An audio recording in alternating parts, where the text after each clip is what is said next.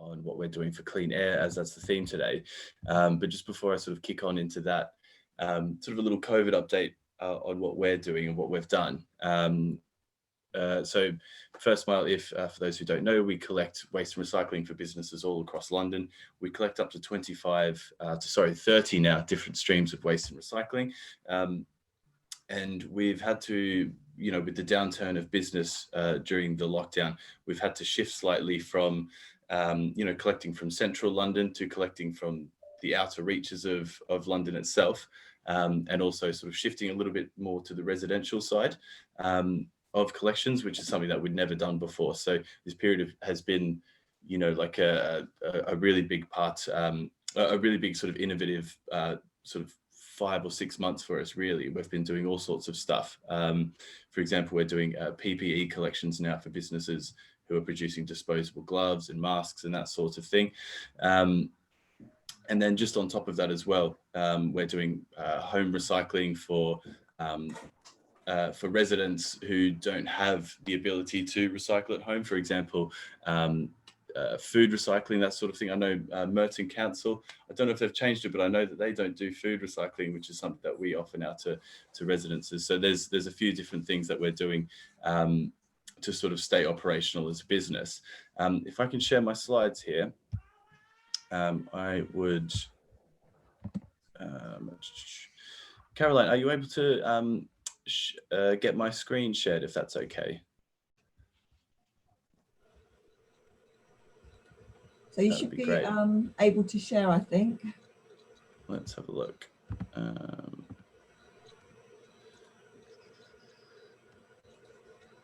Oh, that's okay. I can. Yeah.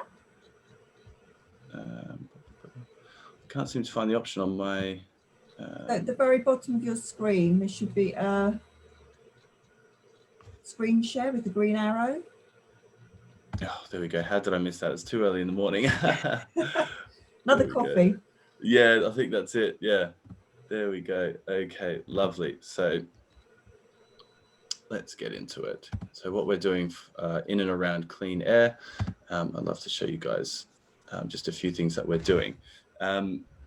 So yeah, it was really, in 2004, when our CEO, Bruce Bratley, founded First Mile, to give you guys a quick introduction, and he saw a gap in the market in terms of sustainability, in terms of service, in the current business-to-business waste and recycling industry. And it's sort of our mission to make everything as easy as possible to recycle. There's a few stats here. We've got 30,000 customers around London. We operate 70 vehicles, collecting 65,000 tons a year. Obviously, that has shifted down now because of COVID, and we've had to make a few changes. But basically, our two missions, to make waste management and recycling as easily as possible. There's so much out there that needs to be recycled, that can be recycled, and also to help businesses be as sustainable as possible. We want to reduce our impact as much as we possibly can, reduce what goes to landfill. We're a zero to landfill company, and we want to reduce just waste in general, I guess. And how do we do this? So we've got a few policies, like a few things that we try to do as a business. So zero to landfill, as I said before, energy from waste rather than landfill, smart end destinations and solutions for our waste, a high recycling rate, which is really what we aim for, trusted partners where our waste actually ends up, and obviously our green fleet, which I'll touch on a little bit later as well. So the UK produces 350 million tonnes of waste per year, and our recycling rates here in London are static at about 33%, which is obviously not sustainable. We want to bring those numbers up as much as we possibly can. And as you guys will know, recycling has a positive impact on climate change. We're reducing our emissions from landfill and incineration. We save energy in the manufacturing process, and it means we don't need to extract new resources and create new products when we can recycle them. The thing is that we don't want to create a new problem by solving another, because we collect sort of up to 30 recycling streams, all from your general waste and mixed recycling, your standard sort of waste streams, all the way up to, toner and cartridge recycling, this sort of weird and wonderful kind of things. we need to do this in an efficient way. We can't have one different vehicle for every different stream. It's just inefficient. So we need to come up with ways of being able to collect multiple streams of waste on the one truck, and then also being able to recycle that when it comes back to the plant, and have a system which allows us to do that. So here's our logistics chain here, just in the middle between sort and process on the slides. There's a grey dotted line, vertical line there. That is where our journey ends, and we send it on for processing. But so what we do at First Mile, we deliver the, for example, the waste bags that businesses will use and dispose of out on the street. We then collect them with our vehicles, and then we sort through them at our sactory here, which is a sack sorting facility. We can bring a whole bundle, so starting on the bottom left-hand corner here, we can bring an entire bundle of different types of waste streams, say general waste, mixed recycling, food, coffee grounds. They come up on our conveyor belt here, and we can divide them into their separate streams. So this allows us to collect on one vehicle, sort through them, and ensure that the recycling ends up in the appropriate destination. We also sort through our general waste sacks and our mixed recycling sacks to reduce contamination, and this reduces or just increases our recycling rate, sorry, not reduces it. And then, so after all of that happens, our sort of process stops, and then we send it on to our trusted partners across the UK for further processing, whether that be energy from waste when it can't be recycled, such as general waste like polystyrene, that sort of stuff. And then, and then just finally recycled if it can be. And it's sent to different destinations across the UK. So that is a little look at sort of what we do. And then this is how we do it. We've got a green fleet, electric delivery vehicles powered by Octopus Energy, who we've recently partnered with, and also our ULEZ compliant trucks. I think the legislation was first talked about in about 2014. So we invested heavily into getting right ahead of those ULEZ restrictions and new laws that were coming in. So our trucks, by 2018 were already ULEZ compliant. So we were a step ahead of the game, and I think it shows our sort of commitment to providing clean air amongst in London. And then there's a little fact there. So we produce half the amount of nitrogen oxide of a standard diesel car, and 3 times less than the average black cab. So they're our collections vehicles, the big trucks that you'll see on the road, which is pretty amazing, I think, because you don't often think of those being particularly efficient. And we also have a cargo delivery bike in central London, and that will deliver to offices. It will deliver sacks to offices. So it's just another way of reducing traffic, reducing emissions that we've planned. And there's a little picture of our guy there. So 4,500 sacks each day by our zero emissions cargo bike. And then freight consolidation as well, like our actual collections process. We work with bids such as Love Wimbledon here on the call, estates and associations all across London to reduce the number of vehicles on the road and reduce the number of journeys as well. So the Bond Street Association, a little case study there, it used to have 40 waste vehicles delivering daily in their particular area, but it's been reduced to just 2 suppliers. So that's at least 38 vehicles off the streets each day, because we're able to collect multiple different types of waste streams. And yeah, it's all positive there, really. And yeah, so this is a little bit more on our consolidated collections and what we're able to do. You can see our driver there, he's putting a coffee ground sack just in the front of the vehicle there, in front of the cage. So that's where the coffee and the food will go, as it's like a sort of a wet waste. And then in the back where the cages sit will go the dry waste, the dry mixed recycling, general waste, cardboard bales, that sort of stuff. And this allows us to collect multiple types of waste without it getting contaminated. Then we bring it back, if you remember to the slides I showed you before, bring it back to our sactory where it's all sorted through, and the recycling is sent on for processing. So this is what allows us to do that. And, it would be pointless being able to collect all these different types of waste without ensuring that it ended up in the right spot at the end of its life. Like it could just all go to general waste if we weren't careful. So being able to have that sactoring, being able to have the ability to sort through the material that we collect is really, really important. And also just another little fact there as well with our delivery vehicles, as we deliver our sacks across London, we also fill them up with internal collections.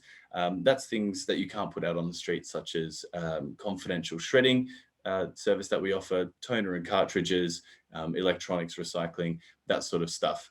So we fill them up with our delivery vehicles, so we're not transporting air around at the end of the day, because they come back to our depot anyway. We may as well use that space on our delivery vehicles. This is another, I think tech really is sort of what backs everything that we're able to do. So our drivers have an app which optimizes the routes to reduce emissions and also to avoid heavy traffic, road closures, that sort of stuff. We provide real-time updates to our drivers in order for them to be able to avoid that sort of thing. And then, yeah, instant updates for extra and last-minute jobs. So a customer may call up, requiring a last-minute job. We can create on our system something that gets sent immediately to the drivers, and that will be rerouted to them in the most efficient way. So that's how we sort of optimize our collections routes there. And then also we introduced telematics a couple of years ago now to monitor our drivers' behavior, because that we found was a huge sort of issue with, producing emissions. So the telematics is fitted to all of our vehicles, and it monitors idling, harsh braking, and hard accelerating. And obviously this all increases emissions. So we want our drivers to be, behaving and driving in a way that is, environmentally conscious. And when we introduced this, we noticed a 70% decrease in these sorts of behavioral incidents. And now it's just, idling has been reduced to just 7 minutes per driver per quarter. So in a year, our drivers are doing 28 minutes of idling, and we're collecting from hundreds of customers per day. So I think that's pretty incredible what we've been able to do there.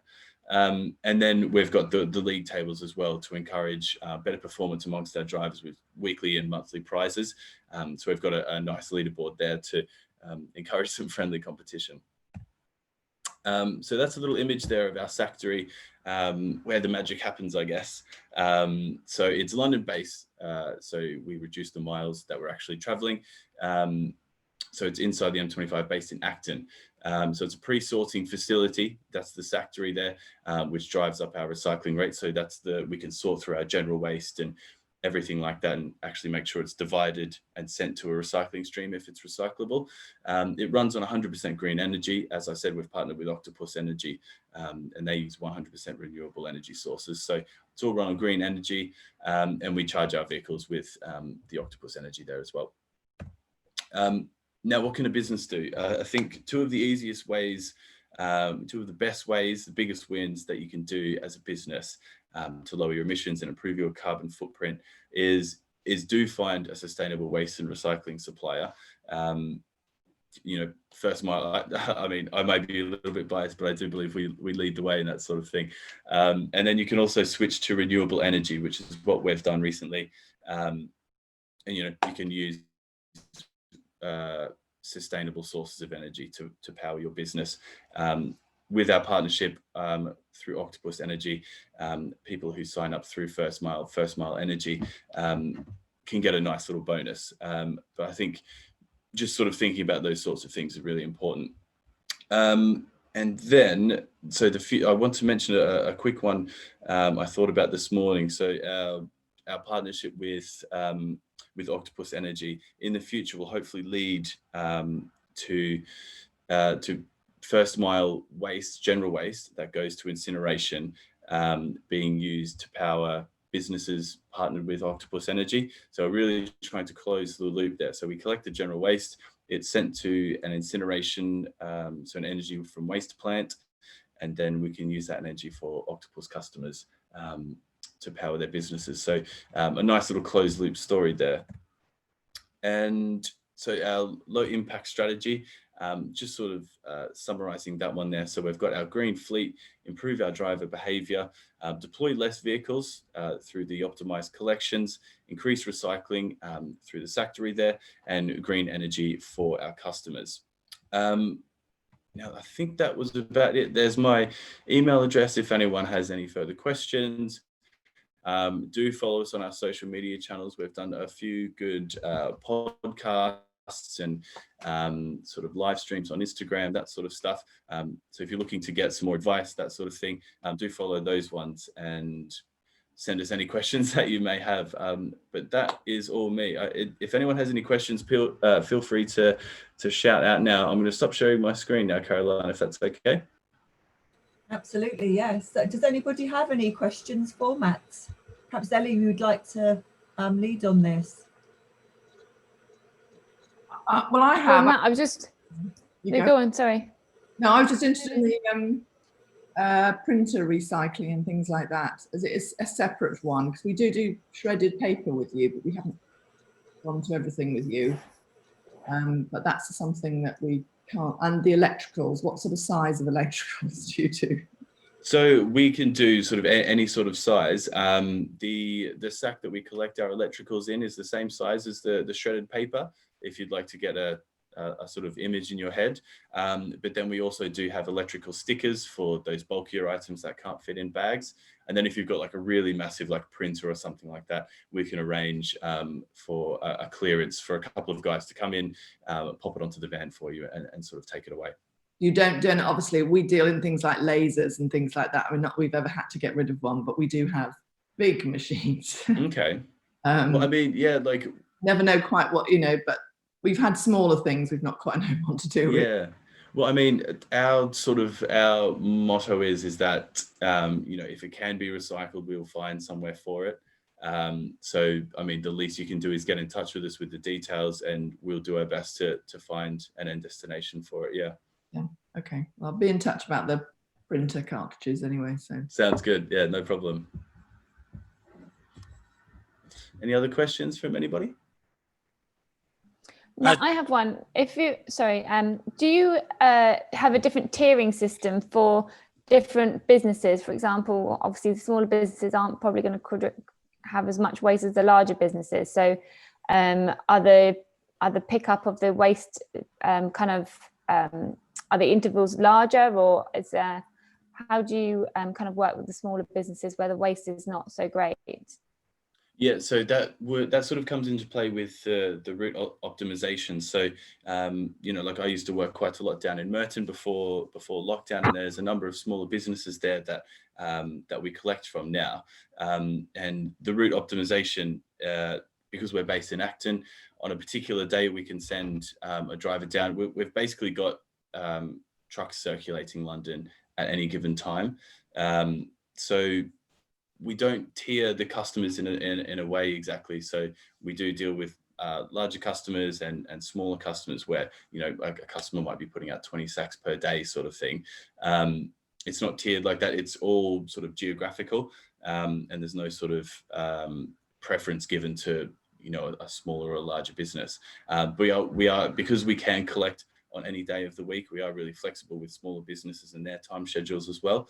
And with the route optimization that we do have, that technology that we've got, it allows us to do it in an efficient way possible. Like we would do, so we don't need to do it on a particular day of the week because we've always got guys, trucks sort of circulating the area, if that makes sense. Okay. If I can just come in on that, Matthew, I mean, obviously we've been working together for, best part of 7 years now, I think. And certainly from Wimbledon's perspective, we have reduced the number of contractors coming into the town from, we think it was about 17, 7 years ago, to we think about 3 or 4 now. So again, just the volume of trucks coming through has significantly reduced. But coming to Ellie's particular point, the advantage for small business is that it's a sack-based system only. So the businesses don't have to sign up to an annual contract and get a collection, whether they need it or not, every week or every 2 weeks or every other day. It's literally upon as they produce the waste. So actually during COVID was an absolutely brilliant example, and I'm sure it didn't work terribly well for First Mile, but it worked very well for small businesses, in as much as because they weren't producing the waste, there wasn't an ongoing cost for them. Whereas the big competitors, the big 5, you have to pay that annual cost no matter what. So it's on a demand basis. It's on a very flexible basis. First Mile have been, for us, the most logistical, flexible, sensible organisation and the most responsive waste contractor that we've ever dealt with. And trust me, we deal with all of them. So I can't commend them highly enough, I have to say. And I've been to the Sactory and I've had a little tour of that, and it is quite a fascinating process. But the logistics behind it, talking about Clean Air Day, is far superior to any other contractor out there. I praise indeed. Cheers. We do our best. Sorry, Simon at Centre Court. I was just going to ask, did you say that your recycling rate was 33%? No, that's London's in total. Okay. Our recycling rate sits at about double that with our customers. So it stuck at me. I'm sure that number's right. And it's been at 33% for some time, I think you said. Yeah, static for at least, off the top of my head, I think 3 or 4 years now, sort of hovering around that 30% mark. So, you know, there is a lot of talk about being more sustainable and recycling more. It's just whether or not we can put that sort of talk into action. Yeah, so we're trying to do our best to kick that into gear, really.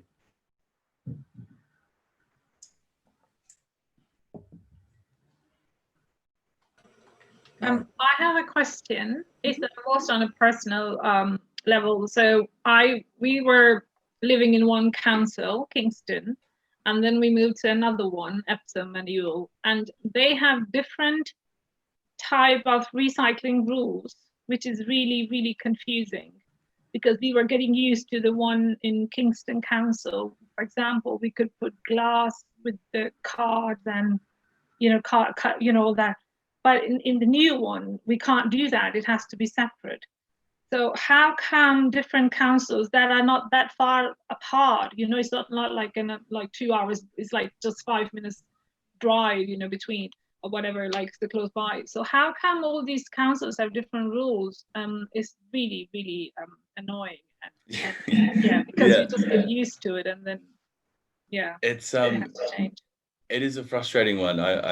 I feel your pain, definitely. I used to live in Wandsworth Council, and I don't collect food. I thought that was a really irritating one as well. But it mainly comes down to there's a few councils that will collect. So in the waste industry, we say on their own wheels. So they've got waste collection vehicles that go out and collect. But other times councils will, so for example, Westminster collect on their own wheels. They've got their own collections vehicles, that sort of thing. But then other councils will subcontract their work out to a particular supplier, to a particular waste provider, and then that's where the rules come in across the different boroughs. And it comes down to access as well, like access to recycling facilities, where they're going to dump, and also the policies in those council areas as well. I'm sure that there are a few council boroughs that still put their waste into landfill and things like that. So it is really frustrating when you don't have, because they're the size of London, it's massive. So it's frustrating when you don't have those boroughs all working as a cohesive unit to send, and have a blanket sort of rule for recycling and that sort of stuff. We need like a holistic system. So it's a tricky one. I think it mostly comes down to access of the facilities, and also who exactly is picking up that waste, and how responsible those particular policymakers in those boroughs are, how concerned they are with what happens to the waste, really. Thank you.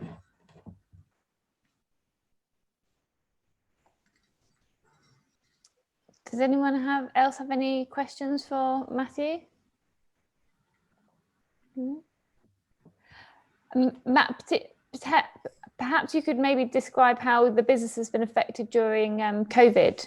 Yeah, of course. Or did you touch on that at the beginning? A tiny bit, but I mean, to give you guys some numbers, we went, I think we reduced to about 12% of what we were initially collecting. So we collect 65,000 tons of waste a year, and that was down to about, I mean, if we kept on track, it would have been about, if we kept collecting at the same rate as we were in April, it would have gone down to about 18,000 tonnes. So as a business, as Helen described before, you know, we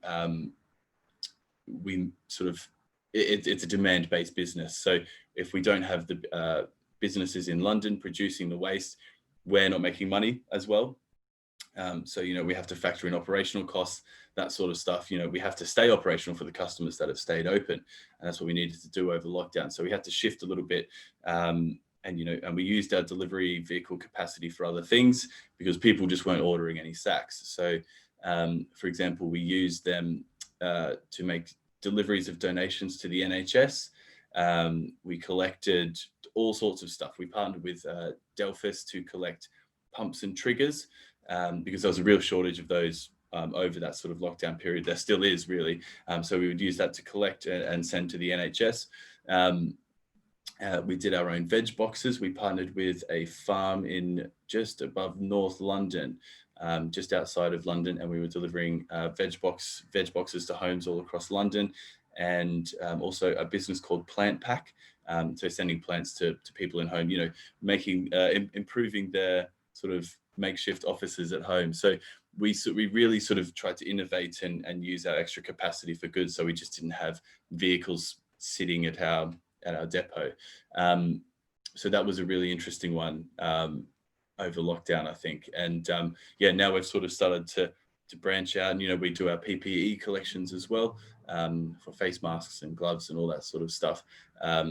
So, you know, like a business such as First Mile that does need to be agile, we've innovated quite heavily across the lockdown period, but it's certainly been a challenging one, that's for sure. Could I have your email again, actually, because PPE is another thing. Do you do? Oh yeah, of course. I'll pop that down in the chat.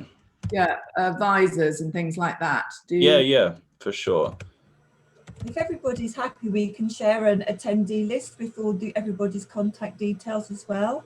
Yeah. So if you're all happy to go on that, yeah, it's obviously nice to have that network going as well. So just let me know if you don't want to go on the list, otherwise assume that you do. Will we be getting these slides as well? Because I lost connection for 5 minutes, so I missed some of it. So we have recorded the session, so we will put that onto our webpage and to our YouTube page. So, and I'll share that with everybody once that's ready.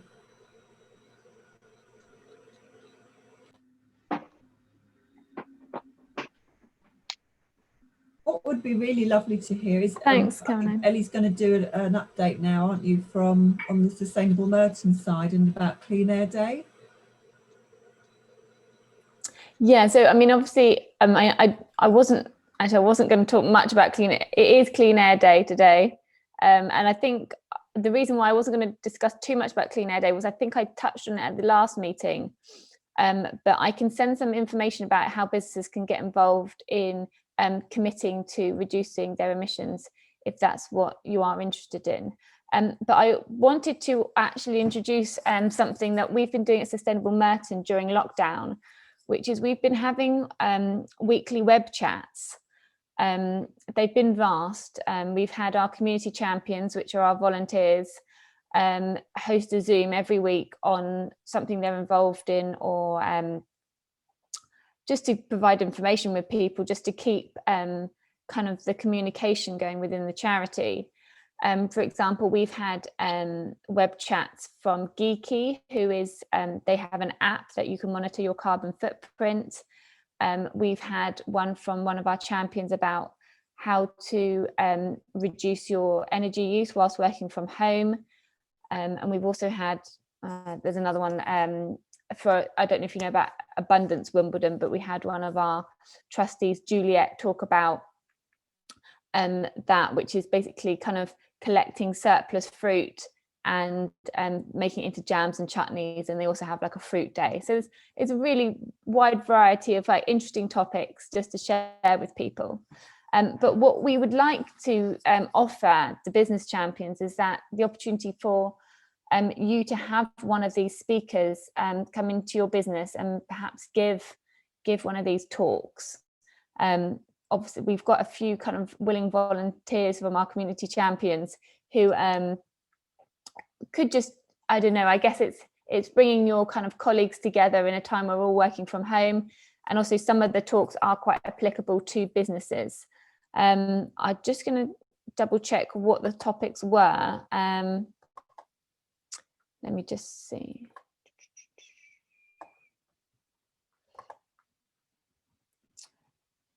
So we've got one from one of our champions, which is very on topic actually, which is called Curb the Confusion, What Can I Recycle in Merton? And she's put together a whole guide about what we can recycle at home and where we can go to recycle certain different things. And then we've got Rachel, who did a presentation on how sustainable is working from home. And then we've also got Cecily Church, who's part of the climate change working group, and she can give an overview of the climate action group in Merton. So let me just minimize that. So if anyone is interested in hosting one of these kind of chats for their businesses, let me know, and we can connect you with these community champions, because they've effectively already done the presentation, but we just thought it might be something good to offer the business champions for you and your colleagues, just an opportunity to get together and listen to a talk which might be of interest and helpful. Would there be anyone who might be interested? I think a few of my colleagues at First Mile would be all over that. Depending on if you could send like the topics list that you guys have got coming up, I think there'd be a few people that would be keen to get on one of those calls for sure. Yeah, I know you would. It might be probably a bit like a Zoom thing, do you think, rather than in person?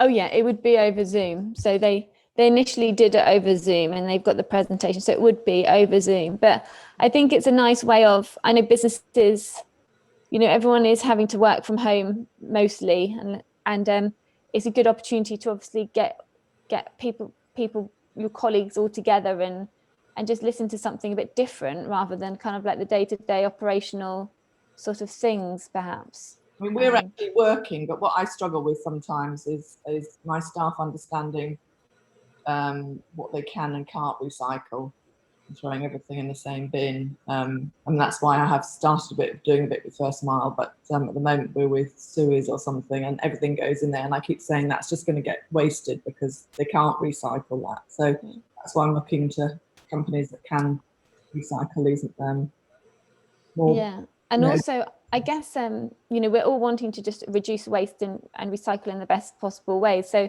perhaps Alison's chat on her recycling document might be helpful for, you know, those working at home, and because obviously Matthew's solution is mainly for businesses. But, you know, like Samira was saying, there's lots of differences between where people live and what they can recycle, and it's still very confusing to lots of people. And Alison's does also go kind of further in terms of, it looks at, you know, where you can donate, you know, unwanted household items as well. It's not just kind of your day-to-day food refuse sort of thing. So it's a good chat to kind of listen to, and yeah, she's very kind of passionate about it. So it's good. So if we email you, you'll give us a rundown of what various. Yeah, I can send you, if you're interested in potentially having one of these web chats for your businesses, just drop me an email. I can send you the topics, and then if there's something you're interested in, I'll connect you with those community champions. Perfect, will do. Oh. Fantastic. It's a great opportunity, I think, for businesses, but we'll certainly share that message as well on a wider platform, so we can ask businesses if they are interested to get in touch with you, Ellie. Okay, great. And Caroline, did you want to speak to business champions about getting their stories about what they've been doing towards climate action within COVID, or did you mention that earlier on? No, that would be it. What we would like to do is obviously to share any stories that you have. I mean, what have your issues been, or, you know, what are your stories during COVID? Has, you know, obviously it's been an incredibly difficult time, but I was just listening this morning on the radio to David Attenborough, you know, and he was just saying, you know, it all still is all very much hand in hand with what's going on with the climate action, and, you know, what are businesses doing? Are you still carrying on your campaigns to be more environmentally aware? And what actions have businesses been taking during lockdown and COVID? Well, I think it's been terrible for the planet. I mean, I don't know what Matthew, whether he goes into any of the hospitals, because I also have a connection with hospitals, and my husband's a doctor, and the waste, the amount of things people throw away that they're throwing, they're just, you know, they can shine a torch on someone and that goes in the bin because for some reason, just because it's near someone, they think it's got contaminated, which is absolutely rubbish. I mean, there are some of the government's guidelines are so overkill this, and it's costing businesses money, and we're just wasting plastic and gloves and masks. It's just an utter nightmare, and none of the government seem to have said this. Nobody's pointed this out, and all the testing some of the testing that's going on that's probably completely irrelevant as well. I just find it so frustrating that we seem to have completely forgotten you know, about this. And the care homes, goodness knows how much they must throw away. So I think it's been a disaster. Apart from the airlines flying less and people love driving less, I just think it's a disaster for the recycling in the planet. I think yeah, it's an interesting one, because yeah, obviously like the wastage is huge, and now when you walk down the street, occasionally you'll see a face covering on the floor and things like that. So you know, I think there's been a slow reaction to, you know, proper disposal of these items as well. You know, they can't be recycled because, you know, they need to be sterilized, they need to be incinerated because they may be infected. But to not even have that in place is incredibly frustrating, I think. But not everyone in a hospital has got COVID. It's like not everyone. No, absolutely. So even now, as a surgeon, if you mark up a patient with a pen, which is these special marker pens, you can't put that in quarantine. They get thrown away. Can you imagine how many pens getting thrown away across this country by anyone having surgery? And these are people who've often been tested to know that they haven't even got COVID before they've even gone to hospital, and they're still getting thrown away. Indeed. It's kind of hospitals, I tell you. It touches on last week I damaged my knee, my medial ligament, playing football, so I'm on crutches at the moment. When they were seeing me at A&E, they gave me the crutches and they said not to bring them back. So there's a little example for you. Yeah, you can easily wipe those down. Yeah, I mean, yeah. So there's a I think, yeah, there's a, you know, we'd like to think that there is a, you know, a general trend toward people being more conscious of, you know, trying to recycle, trying to do the right thing. But I think you can only do that when the proper systems are put in place, when the education's there, when you've actually got something, you know, like the proper bin or you know, something like that to actually, the proper means to do it. So it's still, you know, quite slow, like the reaction on all of that. And, you know, waste, unfortunately, tends to be one of the last things that people think of, you know, the end destination. Where is this actually going to end up? Which is a real shame. I think that needs to change. Yeah. I'll keep fighting anyway. Yeah, exactly. I mean, at Sustainable Merton, we are still kind of championing our plastic-free campaign. And I know everyone kind of went to all the you know, everyone's kind of gone back to the disposable coffee cups now and all that sort of thing. But, you know, don't be deterred. You can still go into the coffee shops and take in your coffee cup and ask them to fill it up.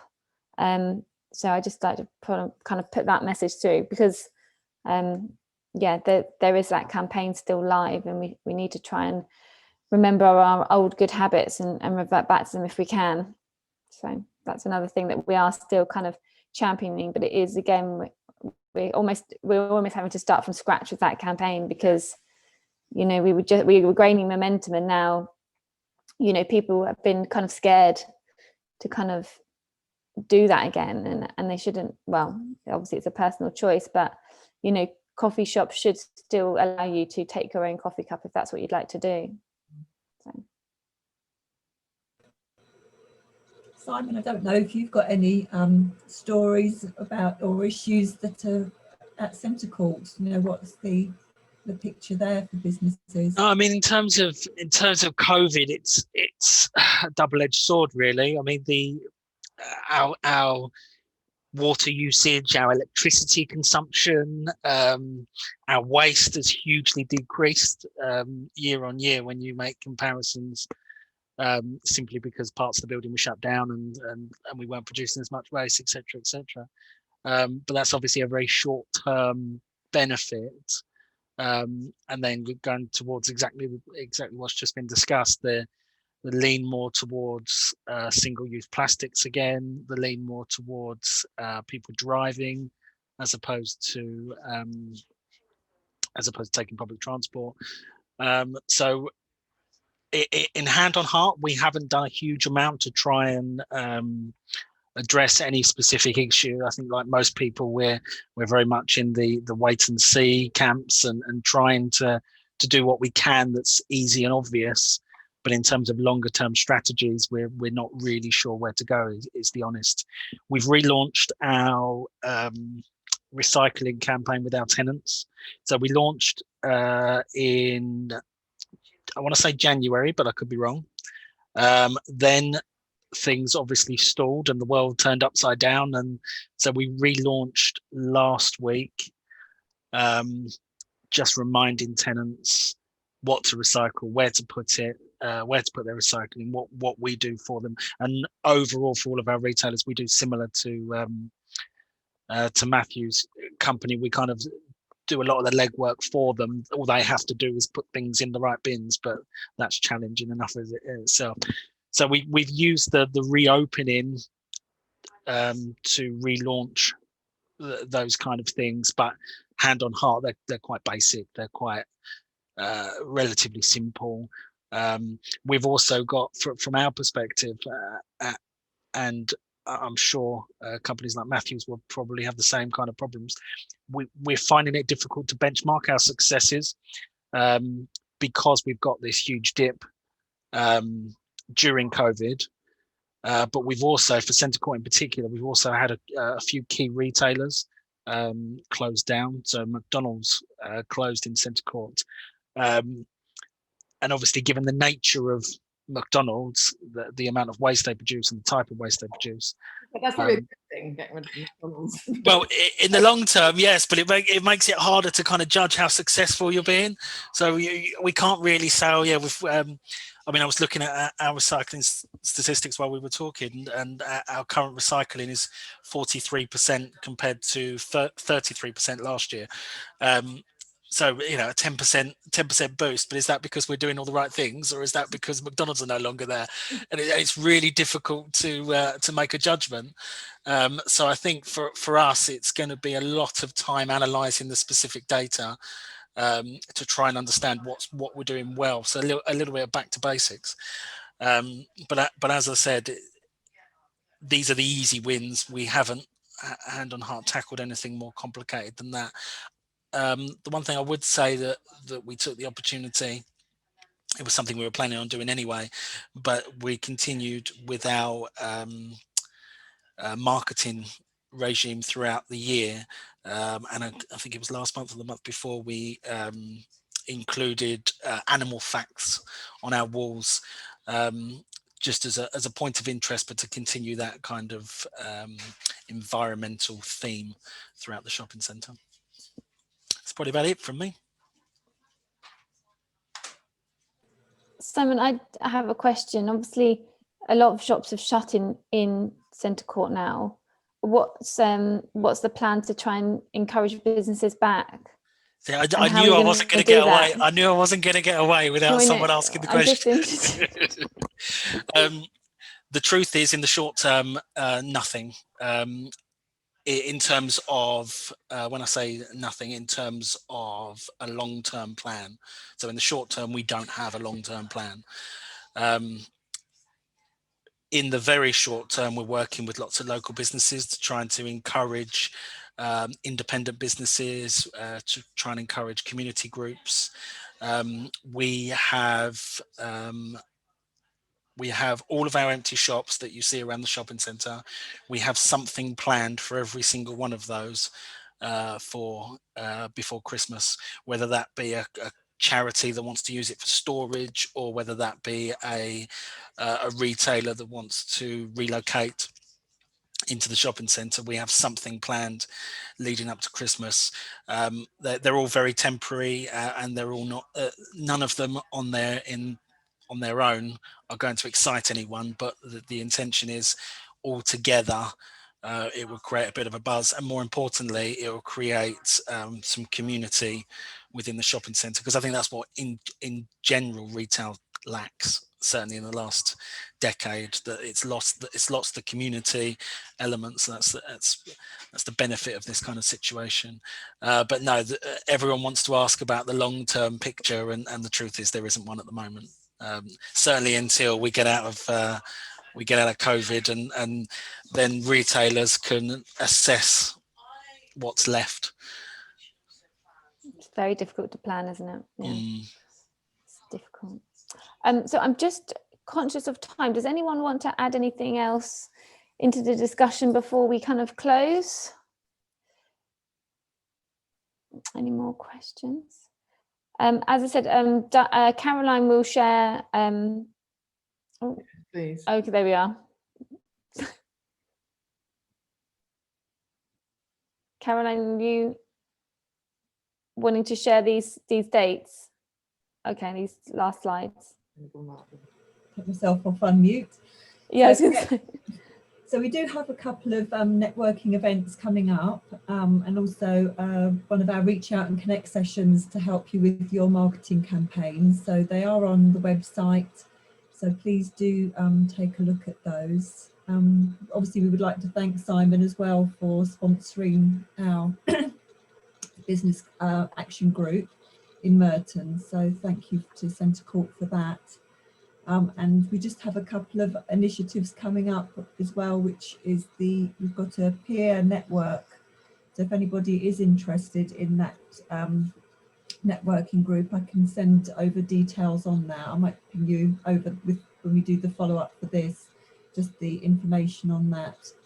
And also if you're interested in taking on a young person as part of the government's Kickstart scheme, the Chamber are an intermediary for that. So if you would like to, because obviously not many businesses will want to be able to take 30 people on in one hit, but we are grouping together those businesses that would like to take on 1 or 2 or 5 young people as part of the Kickstart scheme. We are working with DWP on that, so we have got information and we can keep you posted about that, which will start in November. So yeah, so that's us from the Chamber. What that involves, because we did think about that, but when I looked on the apprenticeship scheme, it seemed to be involved quite a lot, and most of our staff, you know, they have to come with sort of medical aesthetics. People come either aestheticians, they're already trained, but we did think about taking someone on to do some sort of back of house stuff, but I wasn't quite sure what really would be involved in us, what we have to do and how many hours and all that kind of thing. Yeah, I mean, well, I can certainly send you some information on the project. It's probably easier to take it off of this forum. But yeah, but certainly, so it's for 16 to 24-year-olds who are on registered with the job centre. Yeah. So they are a universal credit. So and it has to be a new position. So if that's the case, that's perfect. I can certainly send you the details of that, and we can follow up. Yeah, I think together, Carol and I will send a follow-up to everyone. We've got your emails, so because if you're not a business champion already and you'd like to have more information and sign up, obviously we'll put the information on there as well. So yeah, that should be good. Lovely. Our next event, obviously we're running these quarterly. We haven't finalised the date as yet, but we will keep you posted. And send out any invites as and when it's confirmed. Would you like to meet before Christmas or in the new year? What works better for businesses? It's getting to that tricky time of year, isn't it? The next quarter will be. So It's difficult to tell exactly where First Mile would be at, but maybe just after Christmas. It's usually fairly busy for us in a sense of collecting waste and that sort of thing. But I mean, as Simon was saying, who knows? Who knows these days? maybe we'll look to do one at the beginning of the new year. It'd be a nice positive start, I think, for the new year. I agree. I think that would be good. Saying. For sure. Cool. Well, I'm Lovely. glad to hear Christmas isn't cancelled for Wimbledon, Helen. We shall look forward to celebrating and coming into the town centre. Yeah, we've got Socially lots of plans. distanced, of So course. that very different to last year, but we have lots of plans. So I'm working very closely in partnership with Centre Court too. So yeah, watch this space on that. But as a result, New Year would suit us much better, actually. Absolutely. Okay, we'll have a look. Perfect. There seems to be the consensus, so we'll definitely look for a date in the new year then to get together. Cool. Well, thank you everyone for attending. Thank you, Matthew, for speaking. And it's been nice seeing you all. And I guess until next time. And like we said, we'll follow up with an email with some further information about what was discussed today. So lovely. Thanks, everyone. Thank you very much, Bye everyone. all. Bye. Thank you. Bye-bye. Bye-bye.